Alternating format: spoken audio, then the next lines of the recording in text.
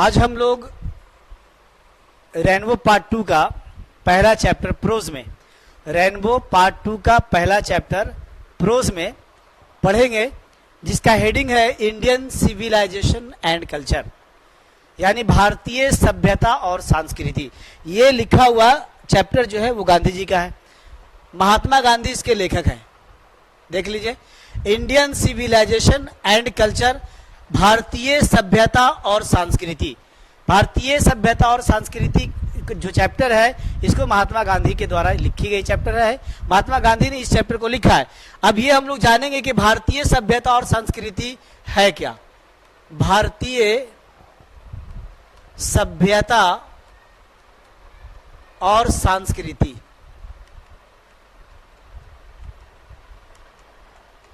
भारतीय सभ्यता और संस्कृति है क्या। सभ्यता और संस्कृति क्या है, अगर हम लोग थोड़ा सा इसको संक्षेप में समझने का प्रयास करें, ठीक है, तो सभ्यता और संस्कृति क्या है।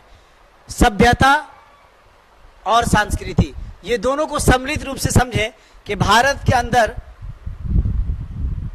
बोली जाने वाली भाषाएं, भारत के अंदर पहनने जाने वाली वेशभूषाएं, भारत के अंदर मनाए जाने वाले रस्म रिवाज, यानी सभी को सम्मिलित रूप से वेशभूषा, बोलचाल, रहन सहन, ठीक है, इन सभी को सम्मिलित रूप से हम लोग सभ्यता और संस्कृति कहते हैं। तो ये भारत की सभ्यता और भारत की संस्कृति के विषय में गांधी जी इस चैप्टर में लिख रहे हैं। ठीक है, अगर हम लोग इसको अलग करके देखने का प्रयास करें सभ्यता, तो इसको हम लोग कह सकते हैं कि ये जो है फिजिकल फॉर्म है, फिजिकल फॉर्म। सभ्यता यानी कि civilization is a physical form, ये एक फिजिकल फॉर्म है, भौतिक रूप है, ये भौतिक रूप है।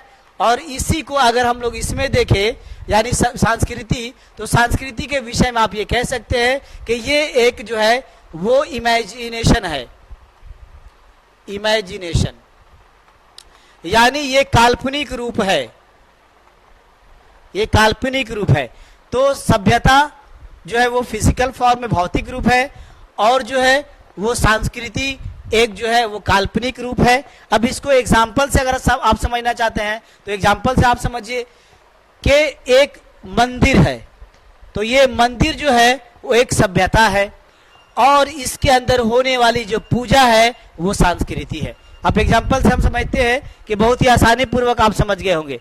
ठीक है, मंदिर एक सभ्यता और इसके अंदर होने वाली पूजा एक संस्कृति।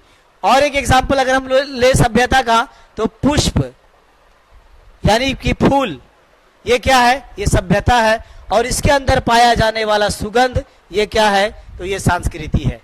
ठीक है, तो अभी मैंने आपको बताया भारतीय सभ्यता और संस्कृति।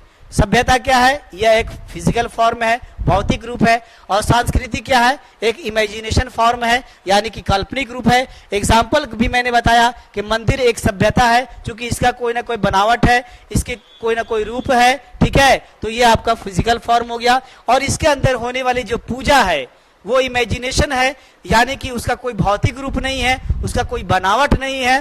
ठीक है, तो ये इसका जो है काल्पनिक रूप है, यानी कि पूजा जो है संस्कृति है। इसी तरह से पुष्प, पुष्प का कोई ना कोई भौतिक रूप है, कोई ना कोई बनावट है, अलग अलग बनावटों में अलग अलग जो है पुष्प देखा जाता है।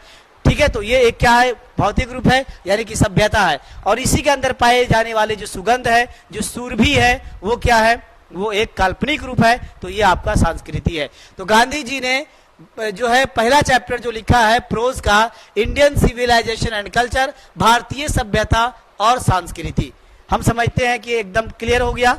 Is that clear to everyone? बातें समझ में आ रही है? चलिए ठीक है, धन्यवाद।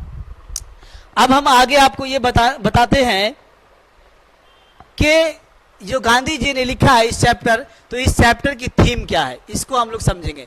इस चैप्टर के थीम को हम लोग पहले समझेंगे कि इस चैप्टर का थीम क्या है, उद्देश्य क्या है, इस चैप्टर में किस बातों पर फोकस किया गया है। तो आप जान लीजिए कि ये चैप्टर का पूरी तरह से जो थीम है वो है कंपैरिजन।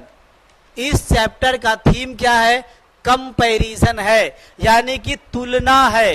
इस पूरी चैप्टर्स में तुलना की गई है, किसके किसके बीच में तुलना की गई है, कंपैरिजन किसके किसके बीच में है। तो सबसे पहला इंडियन सिविलाइजेशन, यानी कि भारतीय सभ्यता और दूसरा जो वर्सेस जो है यानी तुलना जो इससे किया जा रहा है वो है वेस्टर्न सिविलाइजेशन, यानी कि पश्चिमी सभ्यता,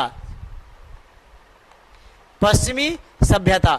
तो ये पूरी तरह से आप एकदम आश्वस्त हो लीजिए कि इस चैप्टर का जो मुख्य रूप से जो थीम है, इस चैप्टर का जो मुख्य रूप से मुख्य उद्देश्य है वो यही है कि इस पूरी चैप्टर के अंदर एक कंपैरिजन किया गया है, एक तुलना किया गया है, और वो तुलना दो देशों की सभ्यताओं के बीच में किया गया है।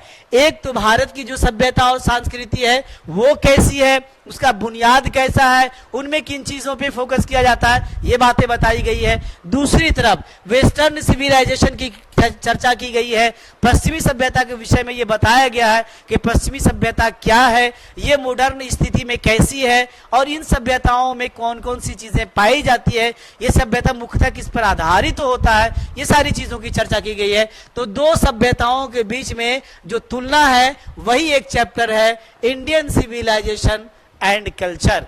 Is that clear to everyone? चलिए, धन्यवाद। अब हम बात करते हैं कि इस चैप्टर को पढ़ने से पहले गांधी जी के विषय में, गांधी जी का इंट्रोडक्शन, गांधी जी का परिचय पहले हम ये पढ़ लें, उसके बाद इस चैप्टर को हम लोग पढ़ेंगे, शुरू करेंगे कि गांधी जी ने लिखा क्या है अपने चैप्टर में।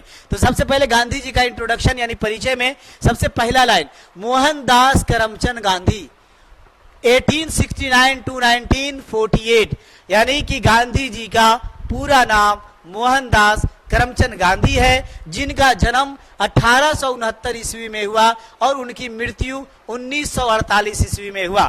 ठीक है, आपका ये पहला लाइन के अंदर ये बातें कही जा रही है कि 1869, पूरी आपको डिटेल्स के अंदर आप जाएंगे तो 2 अक्टूबर 1869 ईस्वी को, ठीक है, इनका जन्म हुआ और 30 जनवरी 1948 ईस्वी को इनकी मृत्यु हो गई। ठीक है, ये पहली लाइन। पॉपुलर